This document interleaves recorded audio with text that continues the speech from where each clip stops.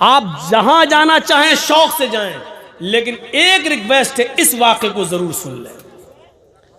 इस वाक़े को हाफिज अहमद इब्न हजर अल अस्कलानी ने अपनी मशहूर और मायानाज किताब अल इसाबा फी तमीज़ सहाबा के अंदर नकल किया है। इस वाक़े को सुनने के बाद आपको महसूस होगा कि शराब पीने वाले की इज्जत क्या है, शराब पीने वाला कितना मनहूस है, शराब पीने वाले के लिए अल्लाह के नबी के सहाबा ने उसके लिए क्या हद मुतय्यन की है। इस वाक़े से आपको अंदाजा लग जाएगा। इस वाक़े को सुनिए। अल्लाह के नबी ने जब शराब की हुर्मत का ऐलान कर दिया, उसके बाद आप 4-5 साल मदीने में रहे, शराब हराम हो गई। 4-5 साल मदीने में रहे, अल्लाह के नबी इस दुनिया से चल बसे। अब सुनिए, अल्लाह के नबी के इंतकाल के बाद कौन खलीफा बना? अबू बकर सिद्दीक। हजरत अबू बकर सिद्दीक भी 2 साल खलीफा रहे और उनका भी इंतकाल हो गया। अब खलीफा कौन बना? हजरत उमर फारूक। हजरत उमर फारूक भी अपनी जिंदगी के 4 साल गुजार चुके, 10 साल खलीफा रहे, 4-5 साल का जमाना इनका भी गुजर गया। अब समझ लो, जो लोग अल्लाह के नबी के जमाने में जिंदा थे, हजरत उमर फारूक के जमाने तक वो कितने बूढ़े हो चुके होंगे। इसमें एक बूढ़ा साहबी और उसका नाम है कुदामा इब्न मजून। यहीं बैठ के इतनी जुरत, सुनिए, एक बूढ़ा साहबी। नौजवानों, तुम्हारी इबरत के लिए यह वाकया, एक बूढ़ा सहाबी, उम्र कोई 75-80 साल के करीब, 50 बीमारी में मुलव्वस हो चुके हैं। अपने बेटों से कहते हैं कि मुझे उठाओ। उनका बेटा सहारा देता, तब वो मस्जिद में नमाज पढ़ने आते। उनका बेटा जब उनको लाठी पकड़ के लाता, तब वो बेचारे घर के अंदर आते। कुदामा इब्न मज़ऊन को 50 बीमारियों ने घेर रखा है, लेकिन अजान के वक्त मस्जिद में जाते, नमाज पढ़ के मस्जिद से निकलते, अपने घर आ जाते। एक रात उनकी तबीयत में काफी बिगड़ गई, उनकी तबीयत। ये क्या हुआ है? इन्ना लिल्लाहि। माइक ठीक है, आप लोग सुनते रहिए, उठिएगा। बस अपने अपने मोबाइल जला लीजिए थोड़ा सा। ये वाकया बड़ा जबरदस्त है, इसलिए मैं आपको सुना रहा था। हजरत कुदामा इब्न मज़ऊन रात की तारीकी के अंदर, रात के अंधेरे के अंदर, इनको काफी दर्द बढ़ गया। इनकी पिसलियों में दर्द होने लगा, हड्डियों में दर्द होने लगा। ये बूढ़े साहबी दर्द से कराहने लगे और इनको नींद नहीं आ रही थी। आप तवज्जो दें तो हम सुनाएं। इनको नींद नहीं आ रही थी। पहले से 20-50 बीमारी में मुब्तला थे, लेकिन आज दर्द की वजह से ये बिस्तर पर करवटें बदल रहे हैं। घर के किसी फर्द ने कहा आपको नींद नहीं आ रही है और तकलीफ बहुत ज्यादा है, शराब की एक छोटी सी बोतल रखी हुई है, ऐसा करिए कि 2-4 घूंट पी लीजिए, थोड़ी सी शराब मैं तुम्हें पिला देता हूं। जब शराब पी लोगे तो गुनूदगी आ जाएगी और दर्द का एहसास निकल जाएगा और आराम से तुम्हें नींद आ जाएगी। सुबह होकर किसी तबीब के पास, किसी हकीम के पास आपको ले चलूंगा। होता है घर में बहुत तेज दर्द हो रहा, बर्दाश्त नहीं हो रहा है, तो नींद की गोली लियो, खा ली। और सुनिए, नींद की गोली खाने का भी वही हुक्म है जो शराब का है। एक बात याद रखिएगा, आपको नींद नहीं आ रही, दर्द हो रहा, आपने उठाई नींद की गोली खा ली, जायज नहीं है। हाँ, अगर आपको कोई doctor, MBBS, MS doctor, MD doctor, आप उसको दिखा रहे हैं, उसको अपनी बीमारी बता रहे हैं, वो आपको दवा लिखता है, उसको मालूम है कि इसको कितने पॉइंट और कितने पावर की दवा दी जानी चाहिए। जब वो लिखेगा और उसकी लिखी हुई दवा अगर आप इस्तेमाल करते हैं तो आप पर कोई गुनाह नहीं है। लेकिन अपनी मर्जी से आपने ले ली तो पता नहीं उसकी पावर ज़्यादा लिया या पावर कम लिया। आपको तो नींद चाहिए, दर्द है, आपको चाहिए था 0.25, आपने ले ली 0.5। आपको चाहिए था चौथाई डोज, आपने ले लिया आधा डोज। आपको चाहिए था 4 आने भर, आपने ले लिया 1 डोज, 1 रुपए भर। ये शराब के हुक्म में दाखिल है, शराब के हुक्म में। सुनिए, कुदामा इब्ने मज़ऊन को किसी ने मशवरा दिया, उन्होंने कहा ठीक है, लाओ नींद तो आ जाएगी आराम से, और वैसे भी मजबूरी है, मैं तो बीमार हूं और नींद नहीं आ रही है। उन्होंने थोड़ी सी शराब पी ली। नौजवानों, उन्होंने थोड़ी सी शराब पी ली और फिर उनको नींद आ गई, वो सो गए। फजर की नमाज के बाद हजरत अबू हुरैरा रज़ी अल्लाह ताला अन्हु और दूसरे सहाबा के जरिए उमर फारूक रज़ी अल्लाह ताला अन्हु को ये इत्तला मिलती है, क्या है अमीरुल मोमिनीन, आज की रात कुदामा इब्ने मज़ऊन जो 50 बीमारी में मुब्तला हैं, आप उनकी आयादत के लिए उनके घर भी जा चुके हैं, लेकिन कल रात में उनको इतना दर्द हुआ कि उनको थोड़ी सी शराब पीना पड़ी ताकि उनको सुकून मिल जाए। हजरत उमर ने कहा, क्या इस बात की तुम गवाही देते हो कि कल की रात में कुदामा इब्ने मज़ऊन ने थोड़ी सी शराब पी ली थी? कहा गवाहों ने गवाही दे दी कि कुदामा इब्ने मज़ऊन ने थोड़ी सी शराब पी। हुक्म नाफिज होता है हजरत उमर फारूक का कि कुदामा इब्ने मज़ऊन को दरबार खिलाफत में लाया जाए।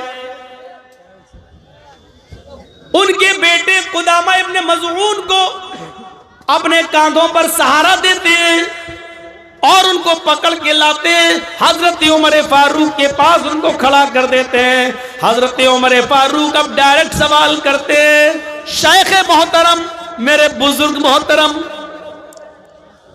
मेरे पास ही ऐसी ऐसी खबर आई है कि कल की रात तुमने थोड़ी सी शराब पी रखी थी। हजरत कुदामा इब्ने मज़ऊन मुस्कुरा कर जवाब देते हैं, हाँ आए अमीरुल मोमिनीन, आपको तो मालूम ही है कि मुझे कितनी बीमारियां हैं और आपको ये भी मालूम है कि मैं अक्सर बीमार रहता हूं इस उम्र में। आप तो मेरी आयादत के लिए मेरे घर में भी आ चुके हैं और मेरी शिफा और सेहत के लिए दुआ भी कर चुके हैं। कल की रात मुझे बहुत सख्त दर्द हुआ, हकीम के पास जाना ये मेरे बस में नहीं था, रात को उठना, अंधेरे में जाना और ठोकर खा के कहीं गिर जाना ये मेरे बस में नहीं था, इसलिए मैंने बहालत मजबूरी, हद दर्जा मजबूरी, मैंने थोड़ी सी शराब के सिर्फ 3 या 4 घूंट मैंने पी लिए ताकि मुझे सुकून से नींद आ जाए, मैं आराम से सो जाऊं। अमीरुल मोमिनीन, मैं शराबी नहीं हूं, बस रात में सुकून के साथ सोने के लिए मैंने थोड़ी सी शराब पी ली। हजरत उमर फारूक की आंखों में आंसू आ गए और रोते हुए कहते हैं, कुदामा इब्ने मज़ऊन, अफसोस है कि तुमने मेरे सामने भी सच्चाई का एतराफ कर लिया और हमारे सामने हद नाफिज करने के अलावा कोई चारेकार नहीं है। आए कुदामा इब्ने मज़ऊन, हमारे और तुम्हारे नबी जनाब मोहम्मद रसूलुल्लाह ने शराब का एक घूंट ही क्यों न किसी ने पिया हो, उस पर 40 दुर्रे, 40 कोड़े मारने की हद जारी की है। लिहाजा आए कुदामा इब्ने मज़ऊन, मुझे तुम्हारे ऊपर 40 कोड़े मारना पड़ेंगे, 40 कोड़ों की सजा तुम्हें देना पड़ेगी। कुदामा इब्ने मज़ऊन कहते हैं, अमीरुल मोमिनीन, क्या आपको मेरी मजबूरी नहीं दिखाई दे रही है? मैंने शौक से ये शराब नहीं पी है, मैं 50 बीमारी में मुब्तला हूं और मैं आपको कह रहा हूं कल इतनी तेज मेरे दर्द हुआ, जब बर्दाश्त से बाहर हो गए इस बूढ़े आदमी के लिए तो मुझे मशवरा दिया तो थोड़ी सी शराब मैंने पी ली ताकि सुकून से नींद आ जाए। हजरत उमर फारूक कहते हैं, अरे कुदामा तुम ठीक कह रहे हो, लेकिन मेरे सामने ऐसी कोई हदीस नहीं है, ऐसा कोई वाकया नहीं है अल्लाह के नबी सल्लल्लाहु अलैहि वसल्लम के सामने भी लोगों ने अपनी मजबूरियां बयान की थी, लेकिन अल्लाह के रसूल सल्लल्लाहु अलैहि वसल्लम ने उनकी मजबूरियों को मजबूरी नहीं माना। मजबूरी में भी शराब पीने वालों को कोड़े लगाए हैं। हमें कोई ऐसा मंजर नहीं मिलता कि किसी के सामने शराब की मजबूरी बताई गई हो अल्लाह के नबी के सामने, और अल्लाह के नबी ने उसकी मजबूरी छोड़कर सुनकर उसको छोड़ दिया हो और कोड़े न मारे हो। मेरे सामने ऐसा कोई वाकया नहीं है। हजरत अबू हुरैरा को गुस्सा आने लगता है, चंद बड़े बड़े सहाबा को गुस्सा आने लगता है। आए अमीरुल मोमिनीन, इतना बूढ़ा आदमी जो अकेले मस्जिद में नमाज पढ़ने नहीं जा सकता है, आपके पास भी आया तो उसने अपने बेटों के कंधों पर हाथ रखकर यहाँ लाया गया। आप ऐसे मजबूर और ऐसे बूढ़े आदमी को कोड़े लगाएंगे? इसकी मजबूरी आपको नहीं दिखाई दे रही है? हजरत उमर कहते हैं, आया अबू हुरैरा, अफसोस है मुझे कि मैं तुम्हारी बात नहीं मान सकता। मशवरा के लिए बैठो।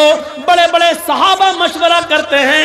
हजरत उमर कहते हैं, लोगों इतनी सी बात मुझे बता दो, सबके मशवरे सलाखों पर तुम सब ये कह रहे हो कि कुदामा इब्ने मज़ून को छोड़ दिया जाए, मजबूरी में शराब पी है। मैं तुम्हारी बात मानने के लिए तैयार हूं, लेकिन मुझे एक ऐसा कोई वाकया बता दो अल्लाह के नबी सल्लल्लाहु अलैहि वसल्लम के सामने आया हो और उसने अपनी मजबूरी बताई हो और अल्लाह के रसूल ने उसकी मजबूरी सुनकर उसको छोड़ दिया हो कि इसके ऊपर शराब की हद नाफिज न करना, 40 कोड़े मत मारना। मजबूरी में किसने पी थी? कोई ऐसा वाकया बता दो। ऐसा कोई वाकया नहीं मिला, न किसी सहाबी ने बताया। इसलिए हजरत उमर फारूक को ऐलान करना पड़ा, तुम लोग मुझसे नाराज रहते हो, रहो। आए अबू हुरैरा और आए बड़े बड़े सहाबा, तुमको गुस्सा आ रहा है, आने दो। तुम नाराज हो मुझसे, रहो, लेकिन मैं तो हद नाफिज करूंगा, 40 कोड़े इन पर लगवाऊंगा। फिर मीटिंग होती है। अच्छा ऐसा करो, उस मीटिंग में ये तय होता, सारे सहाबा इजाजत देते हैं, अमीरुल मोमिनीन आपको कोड़े मारना है, मारिए, आप हाकिम हैं, अमीरुल मोमिनीन है, ठीक है, लेकिन मेरी गुजारिश ये है, सारे मशवरे लेने वाले सहाबा ने मशवरा दे रहे हैं, हजरत कुदामा इब्ने मज़ऊन को उतने दिनों के लिए मोहलत दे दो कि ये थोड़े से तंदुरुस्त हो जाएं, ताकत आ जाए इनके अंदर, अपने आप उठने लगें और अपने आप चलने लगें। इतने दिन के लिए इनको छोड़ दो कि ये उठने बैठने लगें, चलने फिरने लगें। इतने दिन के लिए इनको छोड़ दो, जब ये उठने फिरने लगेंगे और तबीयत में थोड़ा सुधार हो जाए तब इनके ऊपर कोड़े मार लेना। हजरत उमर के आंखों में फिर आंसू आ गए, रोते हुए कहने लगे, आए अबू हुरैरा और आए मेरे अजीम सहाबियों, तुम्हारी बात मैंने सुन ली, लेकिन अफसोस मैं तुम्हारी इस बात को भी नहीं मान सकता। इसलिए अगर मैंने इनको चंद दिनों की मोहलत दे दी, हफ्ते 10 दिन की 20 दिन की अगर इनको मोहलत दे दी कि चलो जब तुम्हारी तबीयत सही हो जाएगी तब हम तुम्हें कोड़े मारेंगे, लेकिन ये बताओ अगर इनकी तबीयत सही होने से पहले मेरा ही इंतकाल हो जाए और मैं इस दुनिया से चल बसूं तो कयामत के दिन में अपने रब को क्या मुंह दिखाऊंगा? मेरा रब मुझसे पूछेगा कि जब शराब पीने की बात तूने सुन ली थी, फिर तेरी जिम्मेदारी थी अमीरता की हद जारी करता, फिर तूने एक मुजरिम को कैसे छोड़ दिया? मैं अपने रब को क्या मुंह दिखाऊंगा? आए मेरे सहाबियों, मेरे अजीम साथियों, मैं तुम्हारी ये बात भी नहीं मान सकता। अफसोस है अब आज ही मुझे कुदामा इब्ने मज़ऊन के पीठ पर आज ही कोड़े मारना पड़ेंगे। एक कोड़ा मारने वाले को बुलाया जाता है और कहा जाता है कि तुम हजरत कुदामा इब्ने मज़ऊन को 40 कोड़े मारो। कुदामा इब्ने मज़ऊन बेचारे लागर हैं, बूढ़े हैं, कमजोर हैं, 50 बीमारी में मुब्तला हैं, इसके बाद भी बावजूद एक बड़े सहाबी है, मजबूरी में थोड़ी सी शराब पी रखी है, लेकिन इस जुर्म में आज उनको 40 कोड़े मारे जा रहे हैं। 40 कोड़े उनको मारे गए, हजरत उमर ने उनको छोड़ा नहीं। हर कोड़े पर उनसे ज्यादा तकलीफ उमर को हो रही है, लेकिन हद जारी इसलिए कर रहे हैं क्योंकि ये कुरान का हुक्म है, ये मोहम्मद रसूलुल्लाह का फरमान है। 40 कोड़े जब उनको मार दिए गए तो उनको गोद में उठाकर कुदामा इब्न मज़ून को उनके बिस्तर पे लाया गया। फिर हदीस की किताबें कहती है, तारीख की किताबें कहती हैं कि मेरे भाइयों, उसके बाद कुदामा इब्न मज़ून 1 साल 2 साल या 3 साल तक जिंदा रहे, लेकिन 40 कोड़े खाने के बाद फिर उनकी जितनी जिंदगी बची, फिर वो पूरी जिंदगी बिस्तर से उठ नहीं सके। उनकी सारी नमाजें बिस्तर पे हुई, उनकी लेटरिन पेशाब और पैखाना बिस्तर पे हुआ, उनकी हड्डियों में इतनी ताकत न रही कि वो उठ सके।